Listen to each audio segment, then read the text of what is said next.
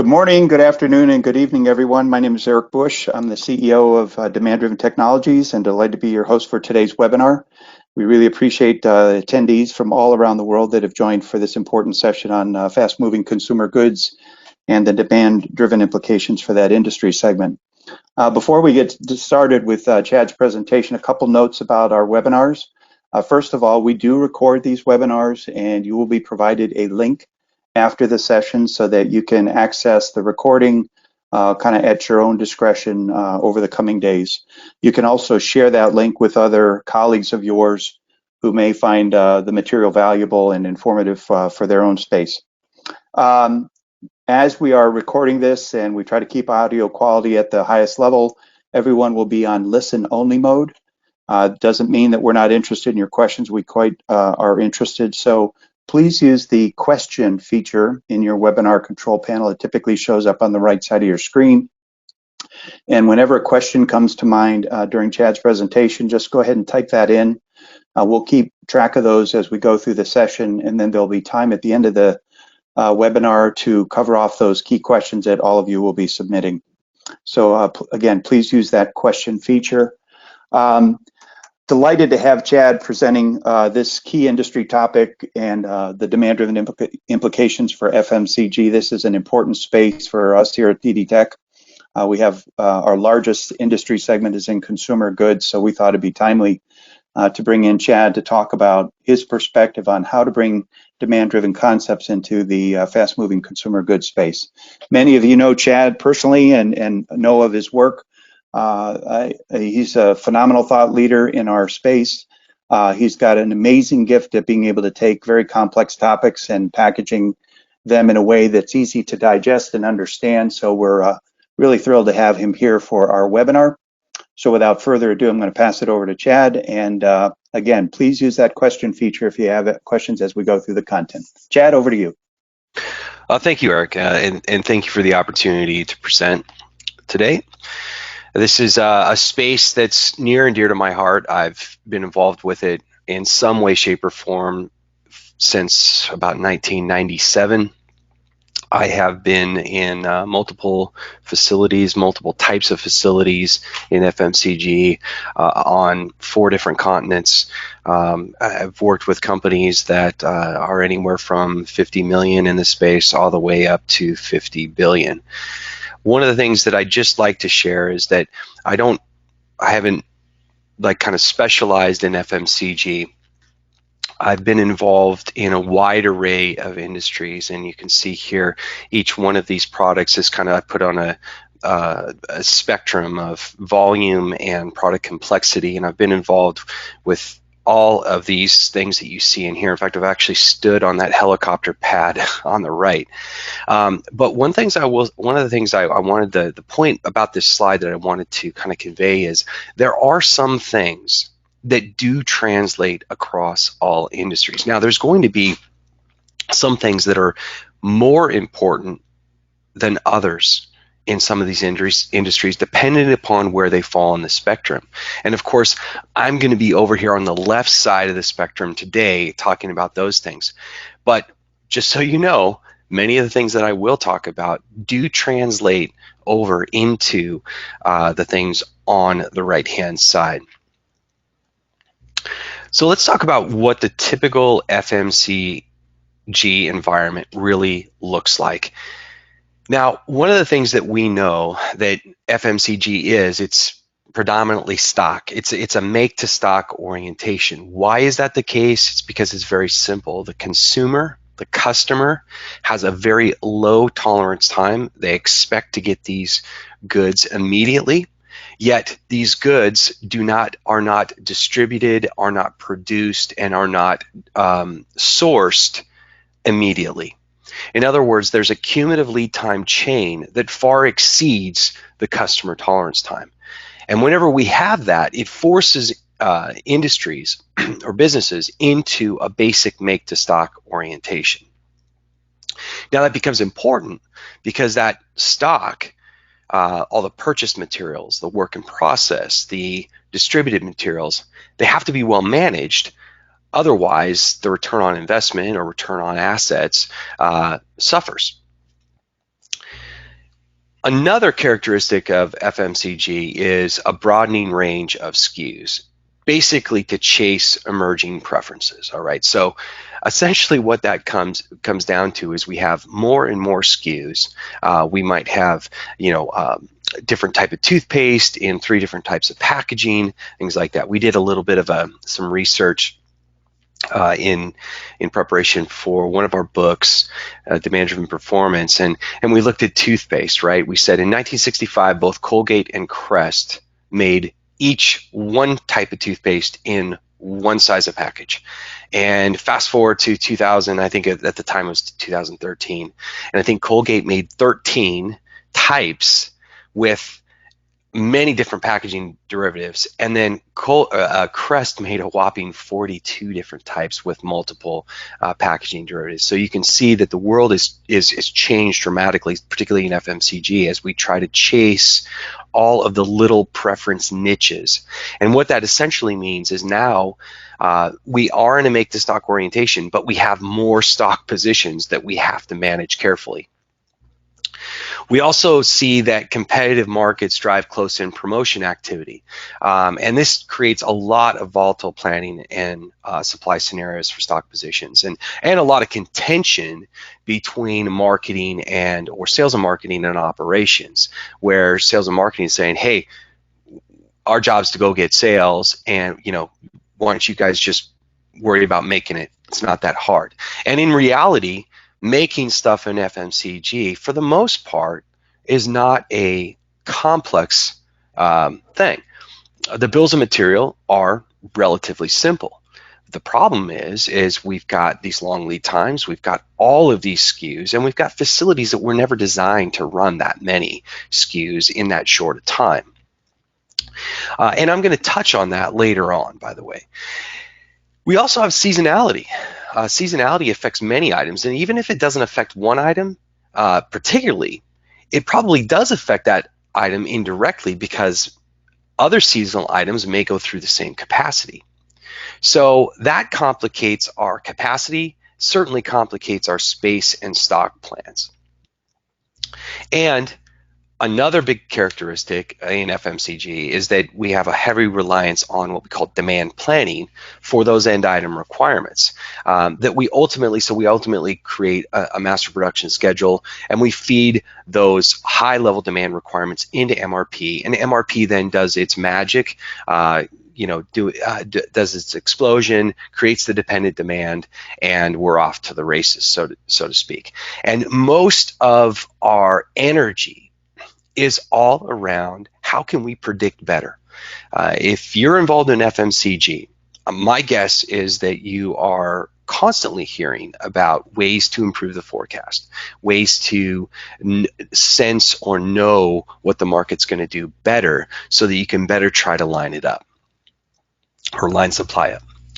But let's just think for a second, because let's leave you right there and say, okay, everybody's chasing kind of the better crystal ball a little bit because we're using a type of planning process and system. But let's wind the clock back a little bit, and let's just go on a little fact-finding journey about what conventional planning is and what it is not. The first is, did you know that the basic MRP equation has not changed since 1965? And actually, that equation can trace its roots back all the way to the late 50s with something called BOMP, called Bill of Material Processor. And by 1965, we had the modern acronym Material Requirements Planning, or MRP, and we had all of the basic rules by which MRP does its gross to net calculation and determines all of the dependent demand requirements. Remember, MRP is simply a calculator that produces date and quantity schedules based upon high-level demand. But, guys, MRP was never designed to manage stock. It was designed essentially as a perfect make-to-order calculator. And you only need to understand that MRP nets to zero to understand that it was designed as a make-to-order calculator. A stock tool is not designed to net to zero. And remember, in 1965, customer tolerance times versus cumulative lead times were totally different. So here, it was the availability of the computer that sparked this idea that said, we can have something. If we can just feed high-level demand, we can have a perfectly synchronized schedule behind it. Now, one thing you have to know is, and I'm not gonna just bash MRP. MRP is what MRP is. It does what it's supposed to do. The problem is that we're misapplying it, or we're applying it in inappropriate circumstances. Because here's the deal. MRP only produces a realistic schedule when three basic assumptions are valid. They all have to be valid to get a realistic schedule. The first is demand is known and does not change. All right? In fact, if Joe Orlicki, George Plazel, or Ollie White walked into your company today and looked at the way that you were using MRP, they would say, well, no wonder it's not working for you very well, because you're violating one of its basic laws. And one of the basic laws is you're supposed to set your demand time fence to your customer tolerance time. Oh, well, now that's a problem in today's environment. And if you tried to do it, you'd run right into the wall. Now, another assumption with MRP is that there's sufficient time to accomplish all of the required activities within customer tolerance time. Remember, this is why I said the demand time fence is supposed to be set to equal to customer tolerance time. Ever wonder why you get past due order releases? That's because MRP assumes that you have enough time. And finally, another huge assumption is that MRP assumes that there's no variability in execution, that everything will go precisely as planned, and that you will magically have all of those child components or all of those ingredients and packaging components there and ready to go precisely when scheduled. Now, if these three assumptions are not present, then MRP is going to generate unrealistic schedules. In fact, we wrote an entire book about this called Precisely Wrong, where we detail and chronicle this issue. At the end of the day, guys, it's very simple. MRP does not fit as FMCG. It was never designed for FMCG. And all of the things that we do to try to make it work are simply forcibly grafted onto the environment, and they come at expense and waste. We're making big compromises. And one of those compromises, one of the things that we're forced into is long freeze durations. So let's talk a little bit about long freeze durations.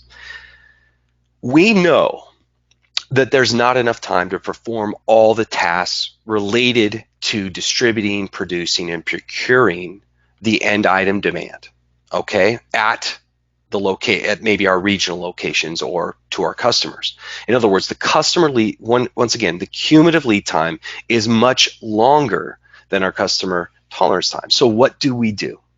Well, we set a planning time fence, at least a cumulative lead time in the future. And sometimes we go even much farther into the future.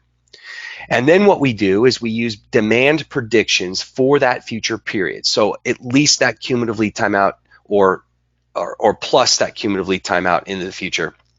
And then we actually launch supply orders and schedule activity based upon those predictions in that remote period. They're called planned orders. And then we attempt to see that frozen schedule through to fruition. So we lock it in, or we attempt to lock it in. Let's be honest here. It's more like slushy than it is frozen. We attempt to lock it in to stabilize our supply and capacity scheduling. Now, why do we do that? Well, we believe that we were buying ourselves the time that we need to ensure the supply of the product to the market. Okay, that's what we believe. So let's just take a look at a sample FMCG environment.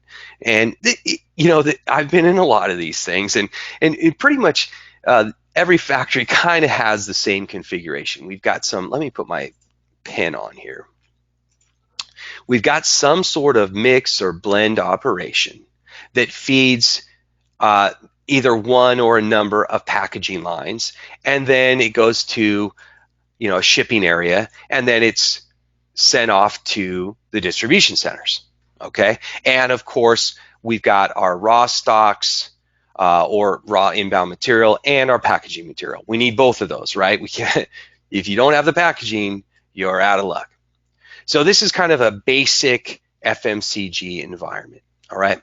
Now, typically, when we look at the time, and by the way, out here is where we have our regional stock positions at the distribution centers. Now, if we walk back from the distribution center all the way through this chain, typically we get a cumulative lead time of 40 to 50, maybe 50 plus days, just depending upon the product. Of course, you know, if you have a difficult ingredient or difficult package type of packaging, okay. So typically what I've seen is around 40 to 50 days in the big FMCG environments. Now, what happens then in this chain or in this long period of time, we get increasing demand signal distortion as we move back from the DC. What we see is variability is not only is it transferred, but it tends to get amplified due to lot sizing and changes. As we realize actual demand, we start making changes. And every MRP run we have, all of a sudden the deck gets reshuffled. Some things that were in excess go to out. Some things that were out now all of a sudden go to excess. And then we also have a return leg problem too, called supply continuity variability. That means that what we get is a delay accumulation. Now there's a rule in manufacturing, guys. And the deeper and broader the bombs are, the bigger the rule, and the more nodes on the supply chain, the bigger the rule. But here's the rule: delays accumulate, gains never do. All right. So what I'm illustrating for you here, let me wipe out all my spaghetti here, is the bullwhip effect. The bullwhip effect is a bidirectional problem. It is an increasing demand signal distortion upstream and an increasing supply continuity variability downstream. And it costs us a tremendous amount of money to deal with it.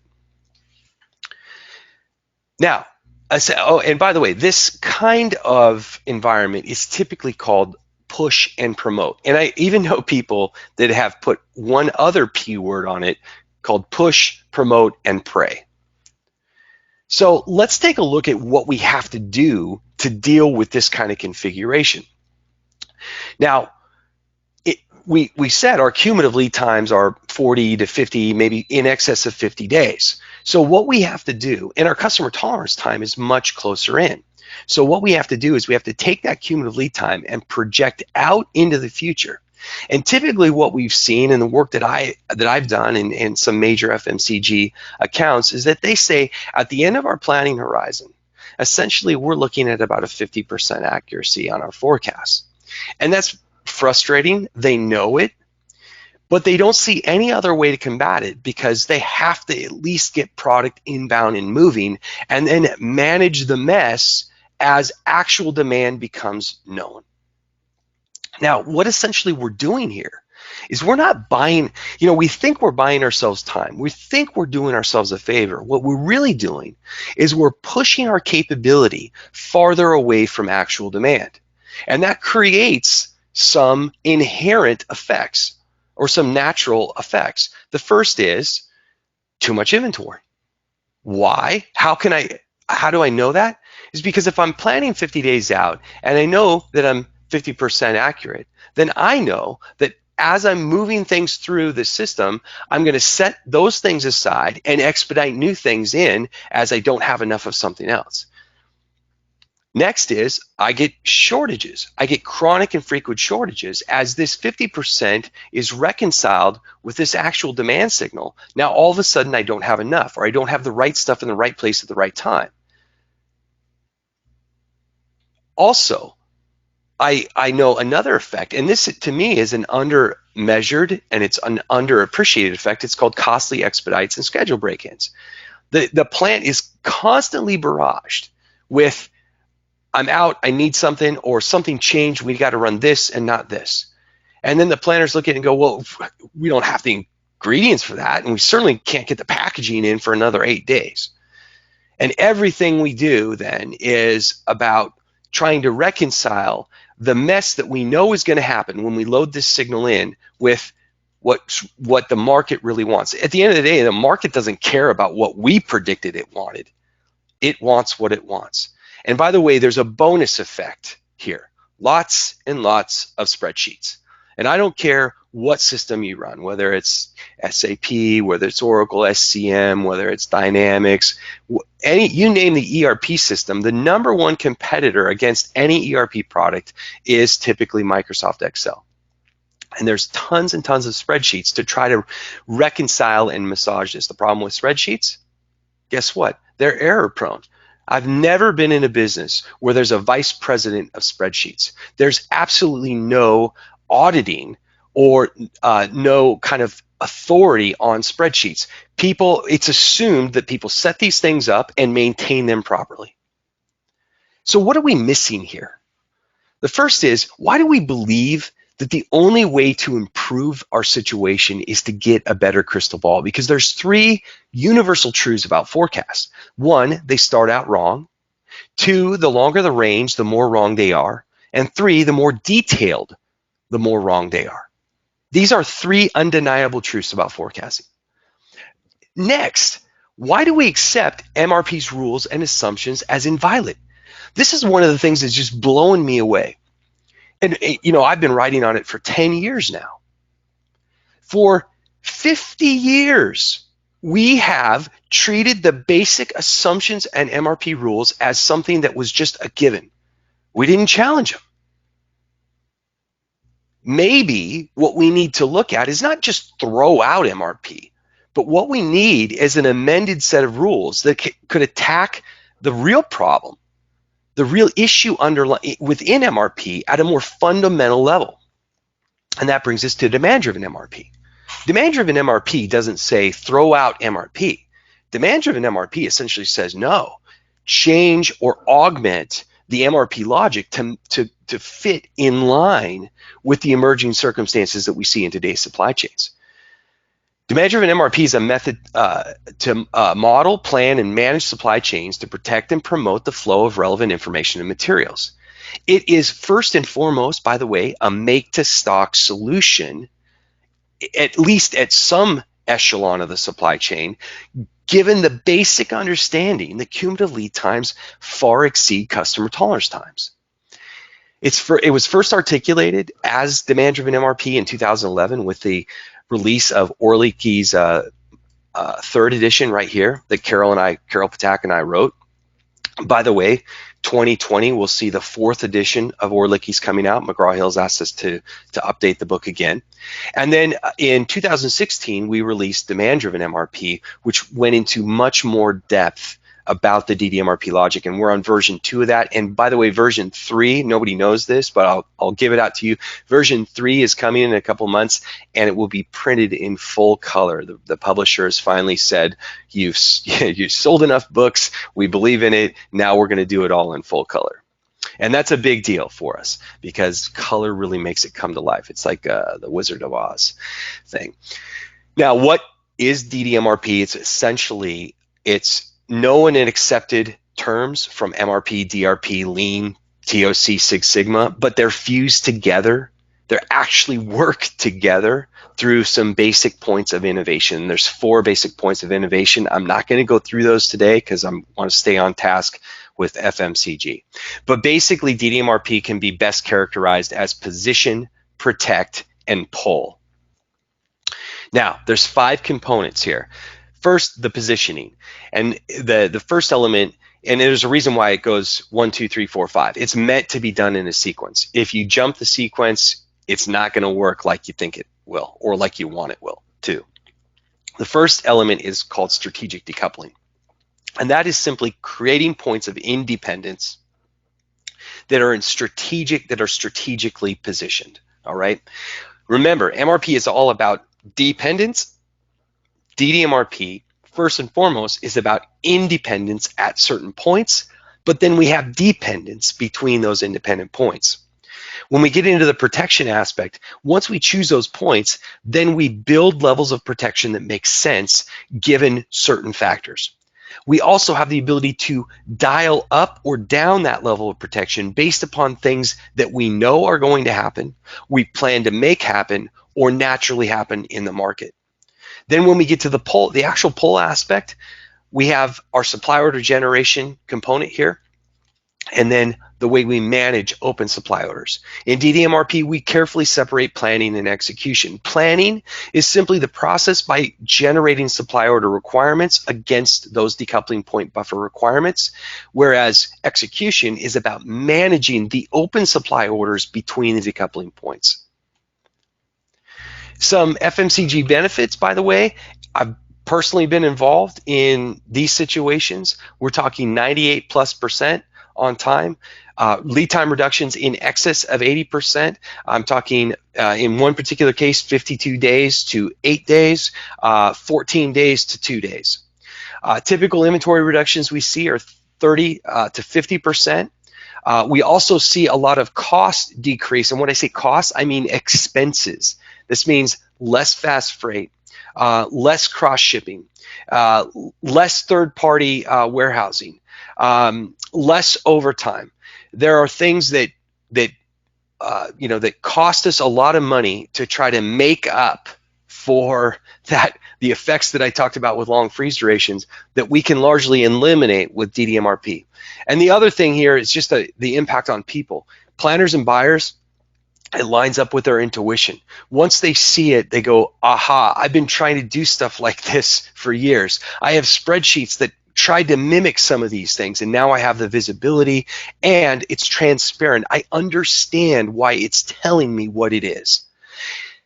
Go to DemandDrivenInstitute.com and look at the case studies. You might be particularly interested in a case study we just dropped today, and it's from a very large batch processor that mirrors FMCG environment.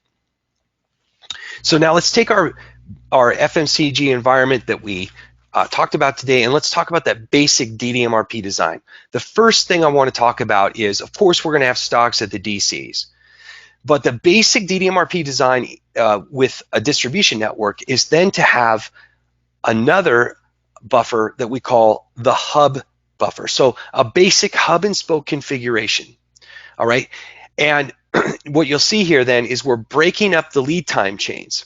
Next, let's walk back and let's go into the factory, and we'll have our raw and our pack stocks. And once again, we're breaking up we're isolating the DC network from the factory, and the way we're doing that is through this hub buffer. In some FMCG environments, you have the opportunity to have bulk mixes and blends. When you have that opportunity, I highly recommend exploring it. It really, really turbocharges the capability. Now, in some FMCG environments, it's just not possible. You know, maybe we have not enough space. Maybe we just can't store. Maybe that's not stable enough to store, or we have some serious shelf life issues. And by the way, any industry where shelf life is important, this is even more appropriate because shelf life is about maintaining flow. Next is, and of course, then we have our lead time chains back to the suppliers. Now, the way that this works practically looks like this. Now, of course, we still have variability, but the variability is broken up, and where it meets a buffer or a decoupling point, it gets mitigated. All right. Now, stock transfer orders come from the DCs and go against the hub. When the hub is ready to replenish, we get manufacturing orders back to either our bulk mixes and blends or our raw material and packaging releases. And then, of course, we get purchase orders coming out of the buffers. Now, here's the deal, and it's going to sound super uncomfortable to you, but these stock transfer orders are not, or these manufacturing orders are not directly dependent on these stock transfer orders. They're isolated from each other through this hub, just like these purchasing orders are largely isolated from these manufacturing orders through these buffers or decoupling points. Now, let's go in, since we're talking about replenishment signals, let's talk about batching implications in FMCG, because batching is real in FMCG, okay? It's a reality, and excuse me, and it explains really, if you think about it, it explains why lean has never made a big push in FMCG, because immediately, people start saying, wait a minute, single piece flow, are you kidding me? You know, it's just forcing lower batches is going to kill us in capacity. So lean has never really made a big splash in FMCG, at least the FMCG companies I've made or I've worked with. Typically what happens is these companies use some sort of EOQ to set a standard batch size across all SKU. And the idea is that this standard quantity or batch is really designed to produce the best utilized output of the facility. And we use certain cost drivers to determine that batch size. So the EOQ, or the minimum order quantity, is all about facility utilization. It really has no tie. If you think, zero tie, zero input from a demand perspective. So the question is, does it really do what we think it does? Does it really best utilize the facility? Okay, so in other words, the question we have to ask is, does one size really fit all? And here I've got some sample SKUs here from FMCG. I made these up. This is not real data, okay? Just want to make sure that everybody understands. I had fun though coming up with the product names though. That was kind of fun. So not all SKUs have the same demand pattern or volume. Yeah, we know that, right? So but when we set a standard batch across all of our SKUs, then we almost behave as if we think they do. First of all, when we make large batches of the low runners, because now look down here, we've got these low runners where a single batch might be 20, 30, 36 days of supply. But so when we are forced to make these large batches, and by the way, let's be honest here, guys, the low runners are the ones that the plant hates to run. It complicates scheduling. So what I often see is planners putting in not just the minimum order, but they'll make double and triple the minimum order just to get it out of their way for a while, okay? So now when we do that, we occupy capacity for prolonged periods of time, okay? Next, we potentially use common materials and packaging that might be needed for impending fast runner needs. Next, it typically results in schedule break-ins if this happens too often. Next, all this means is we get a large, slow-turning inventories that are pushed into the network. And usually, they're almost indiscriminately pushed in the network. That push doesn't often coincide with actual demand. It's called, where is there space available? So I push that in to a DC where there's space available. And guess what? Now I don't have room for the stuff that DC might actually need. So we get a lot of space constraints or dead space filled with slow-moving inventory, and the plant capability is farther away from actual demand once again. So there's a basic batching rule in demand-driven, and that's batch for flow, not unit cost. Demand-driven completely accepts that batches are reality. In fact, there's a whole provision by which you build the batch and what the batch really influences. But we size the batch based upon the ability for the system to flow. We really have no consideration for cost, all right? And there's a reason why. Because by highlighting flow, we're actually, in a way, considering costs. Remember, flow is tied to actual demand. Cost is never tied to actual demand. When things flow well, cost is under control. The inverse is never true. I wrote a whole book on this called Demand-Driven Performance Using Smart Metrics. I did that with my great co-author, Deborah Smith, who's a preeminent authority in the field of management accounting. Here's the deal. Cost measures past activities, okay? It's 100% accurate for telling you what happened, what your cost per unit cost was last quarter, last month. It was never designed to tell you what you should do in the future. But here's the deal. If things flow well through a period, it will produce a good cost will be under control, will produce a favorable cost number. Cost is, okay, so this is what I just said. Okay, so remember, if in a past period flow performance happened, you get good cost control. That means you should always be emphasizing flow over cost, because by emphasizing flow, you produce controlled cost.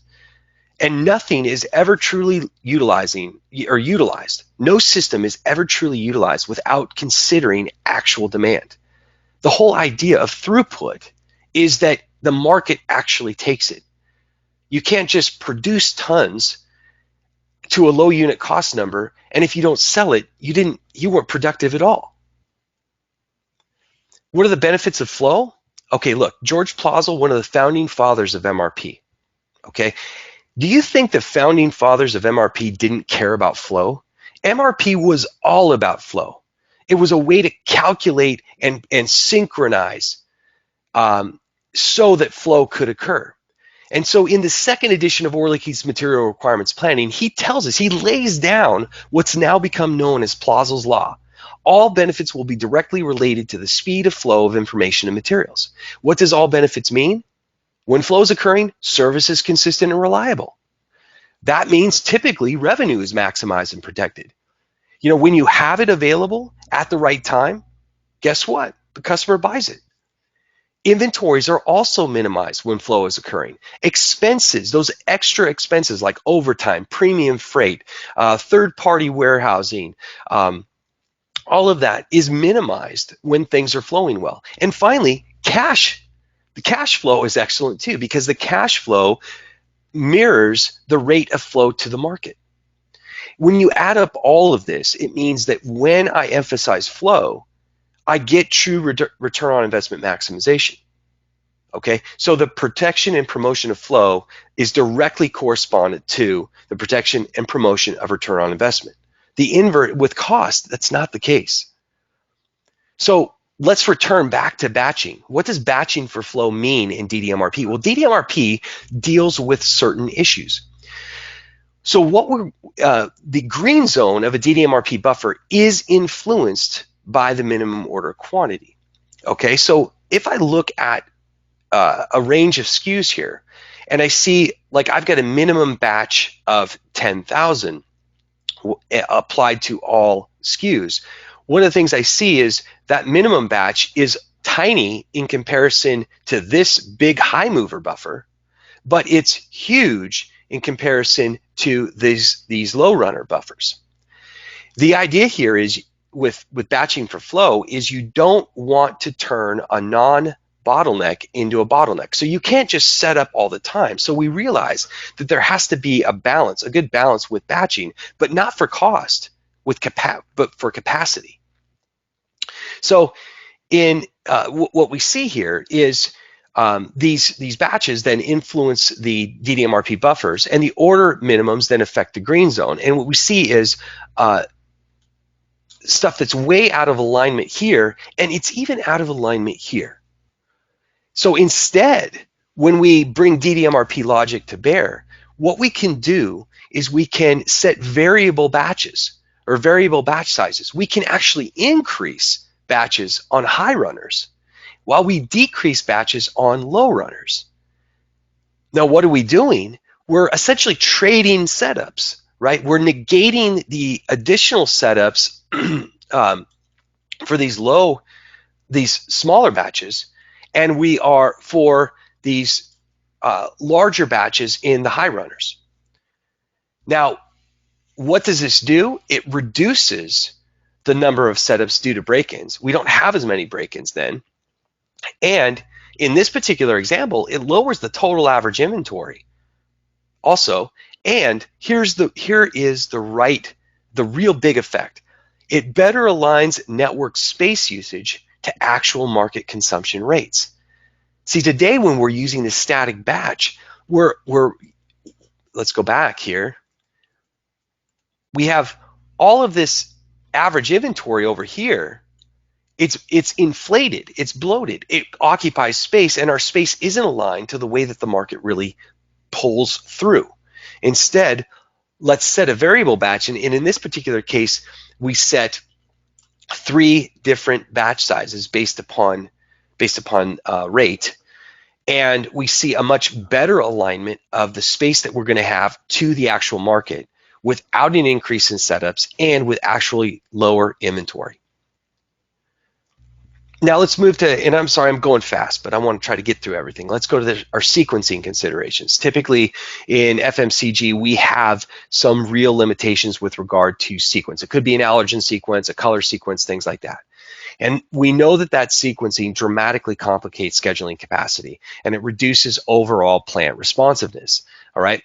Now, DDMRP isn't going to change your sequence requirements. We're not going to say, oh, you know what, don't worry about allergen sequence. No, it's a reality. It's an imposition on you. It's regulated. If you get out of sequence, you could get in a lot of trouble, right?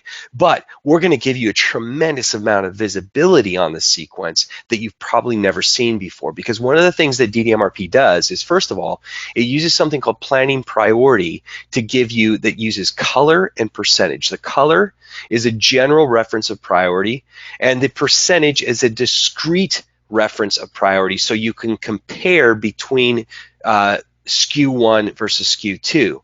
But then what you can do is you can also add an additional criteria, let's say allergen sequence, and you can sort by number 1, planning priority, number 2, allergen sequence, to produce a schedule that makes sense for the sequence. And you can see here, this is actually a higher priority requirement, but because it's last in the allergen sequence, it's actually placed at the end of the schedule.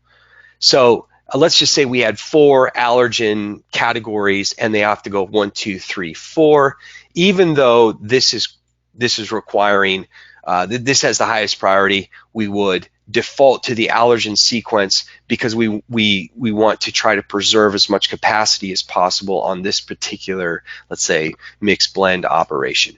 If we go out of sequence, it requires additional downtime to properly clean, maybe even in some environments, a lot of downtime.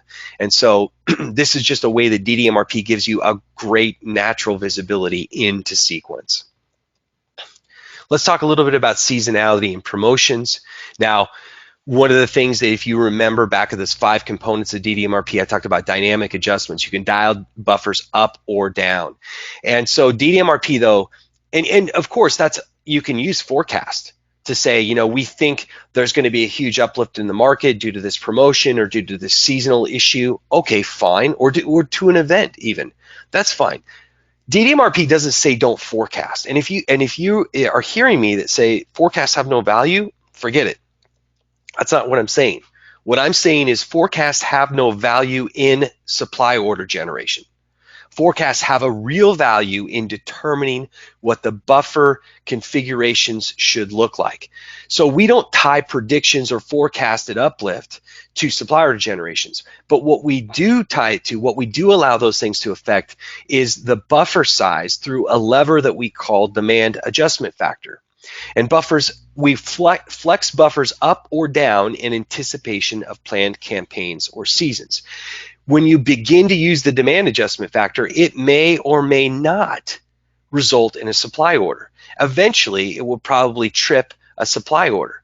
But here's the key. We're not just putting in a ton of planned orders, getting this whole pipeline moving, and then crashing into the wall. Instead, we're building a buffer, and then we're letting actual demand tell us whether we should keep going or not. Okay, my final consideration I wanted to take a look at was facility design. And here's something pretty interesting. Most FMCG facilities that are 20 years old or more were never designed with the idea of agility, flexibility, and flow. They were all designed for cost. I've even been involved in very large FMCG situations where they're still building plants according to a blueprint, an approved template that is 20, 30, 40 years old. So, because at the end of the day, it's all about, you know, some process engineer looking at how can we produce the best cost batch, okay? So, the problem here is that, you know, we design our facilities for cost performance, and a lot of times we don't think of SKU count and expanding SKU count and expanding packaging configurations. But the marketing and the market doesn't care about our facility cost considerations. I've been in rooms where the marketing guys say, I don't get it. Why don't you guys just make this stuff? It's not that hard. And the facility just sits there and looks at him and says, you got to be kidding me. You totally don't understand. And marketing fires back and says, no, you don't understand. This is what the market, we're chasing the market. We're fighting for every, 0.1% of market share.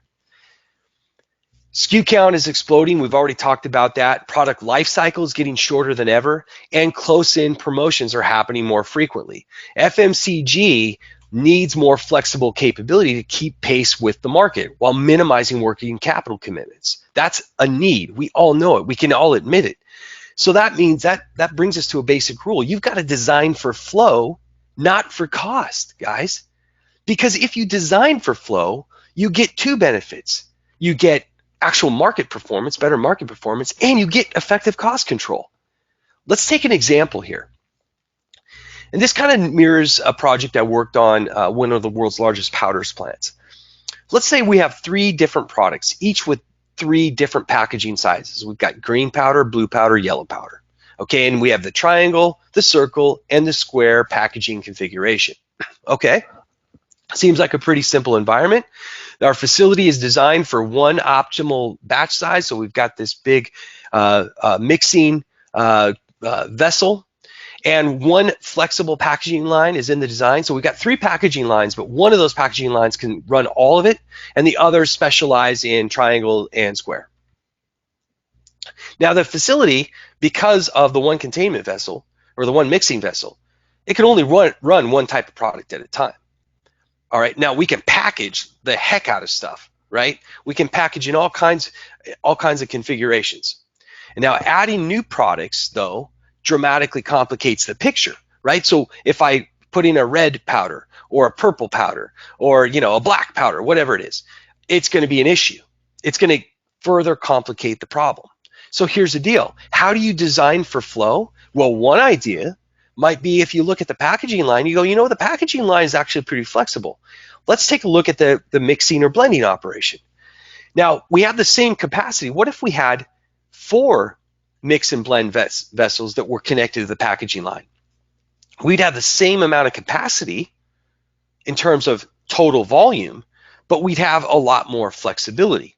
In fact, you could still run exactly like the old configuration. But what else can you do? You can also run in many different configurations simultaneously. We were brought down to this powders plant. It was still in design. It was a 78 million euro powders plant. We reviewed the design and we popped this up here. And they just kind of sat there and said, yeah, but there might be a little bit more cost here. And we actually found out, well, maybe there isn't more cost because this is a custom size vessel and these are more standard size vessels. And yes, there'll be a bit more cost on the connection to the packaging lines, but overall, not so much. What happens to inventory positions? We found that they probably have to run or have about 50% less inventory and be, from a lead time perspective, incredibly more responsive. Even for specialty close-in promotions. They actually redid the design of the plant. So essentially what we've got here is FMCG is pushing away from the market. And if you think about that, it's a disaster, right? FMCG is all about being responsive to the market. The market's constantly changing. The market's constantly requiring new things. Yet we spend so much of our time pushing away from the market. We use long freeze durations. We've got forecast inaccuracies. Our batches are driven by cost, not flow, not demand. Sequencing complications, and our facilities are lagging in their design, the thoughtware behind their design. So our DDMRP characteristics are: we use decoupling point placement to knock down those freeze durations. We tie order generation to actual demand instead of a signal that we know cannot be right. We batch for flow. We have better visibility for the sequence, and we design facilities for flow. Now, I know you can't go out and redesign your facility, but I would caution any FMCG company right now, if you're building plants, go back and think about your design. So what is demand driven? Demand driven is sensing changing customer demand, then adapting planning and production while pulling from suppliers all in real time. That's the definition of demand driven. It's always been since 2003 when it was formulated at PeopleSoft.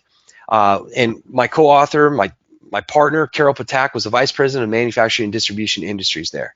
It doesn't mean better forecasting. It doesn't mean make to order everything. It doesn't mean simple pull. And it doesn't mean inventory everywhere.